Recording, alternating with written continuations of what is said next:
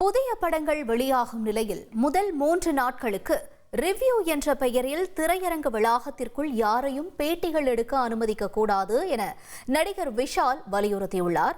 இதுகுறித்து விவாதிக்க திரைத்துறை சார்ந்தவர்கள் நம்முடன் இணைய உள்ளனர்.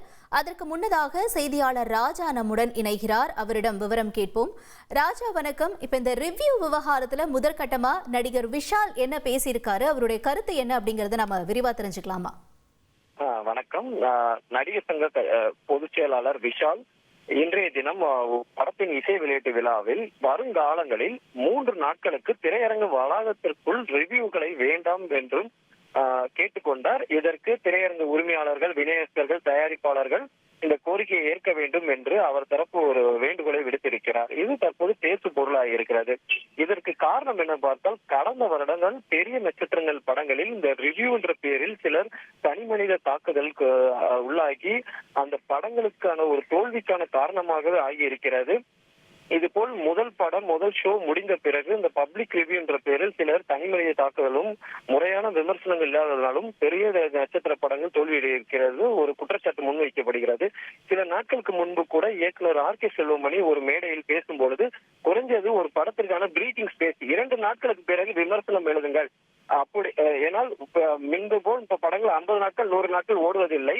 குறைஞ்சது இப்போது ஒரு வாரம் ஓடுவது பெரிய அரிதாகி இருக்கிறது. அதனால் 2 நாட்களுக்கு பிறகு விமர்சனம் எழுதுகள் அவர் தரப்பு ஒரு கோரிக்கை வைத்திருந்தார்.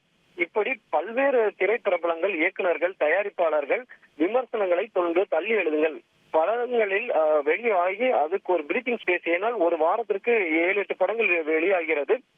இந்த படங்கள் ஒரு வாரம் ஓடினால்தான் அடுத்த வாரம் 7-8 படங்கள் வரும்பொழுது இந்த படங்களுக்கு திரையரங்கு கிடைக்க வாய்ப்பு இல்லை. அதனால இந்த விமர்சனங்களை கொஞ்சம் தாமதமாக கொடுங்கள் என்று ஒவ்வொரு மேடையில் இசை வெளியீட்டு விழாவும் ட்ரெய்லர் வெளியீட்டு விழாவும் திரைப்படங்கள் கூறி வருகிறார்கள். இந்த நிலையில் நடிகர் விஷாலும் இந்த கருத்தை முன்வைத்திருக்கிறார். ஏற்கனவே இதற்கு முன்பு திரு இயக்குனர் பாக்கியராஜ் அவர்கள் நல்ல படம் எப்படிப்பட்ட படமா இருந்தாலும் நல்ல படம் எந்த சூழ்நிலையும் அது ஓடிவிடும், இப்படி விமர்சனங்களையும் தாண்டி நல்ல படங்கள் ஓடதான் செய்து அவர் ஒரு தரப்பு முன்வைத்திருந்தாலும் பெரும்பாலான விமர்சனங்கள் படங்களுக்கான விமர்சனங்களை தள்ளி வெளியிடுங்கள். அதுபோல இப்பொழுது விஷாலும் பப்ளிக் ரிவ்யூன்றது 3 நாட்களுக்கு பிறகு கருத்தை முன்வைத்து இருக்கிறார். தகவல்களுக்கு நன்றி ராஜா.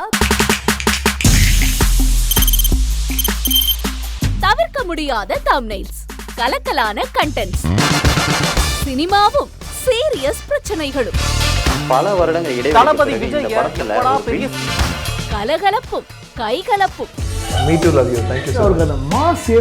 ஏற்ற தெரிக்குதுனாலே டன்னு தான். பிரேக்கே இல்லாமல் பிரேக்கிங் நியூஸ் சொல்லும் தந்தி டிவி ஆப். இன்ஸ்டா தலைமுறை வரை இறங்கி அடிக்கும் தந்தி டிவியின் டிஜிட்டல் எக்ஸ்க்ளூசிவ். அது தண்ணிக்குள்ள போகும்போது ஹேங் ஆயிடுச்சு. உங்களுக்கு விஜய் சார் எந்த அளவுக்கு ரொம்ப பிடிக்கும்? Of course, Malayalis are huge Vijay sir fans. 2 பேருமே ரொம்ப பிடிக்கும் எனக்கு. தந்தி டிவி ஆப்பை இலவசமா டவுன்லோட் செய்யுங்க. ஃபாலோ பண்ணுங்க, சப்ஸ்கிரைப் பண்ணுங்க, என்ஜாய் பண்ணுங்க.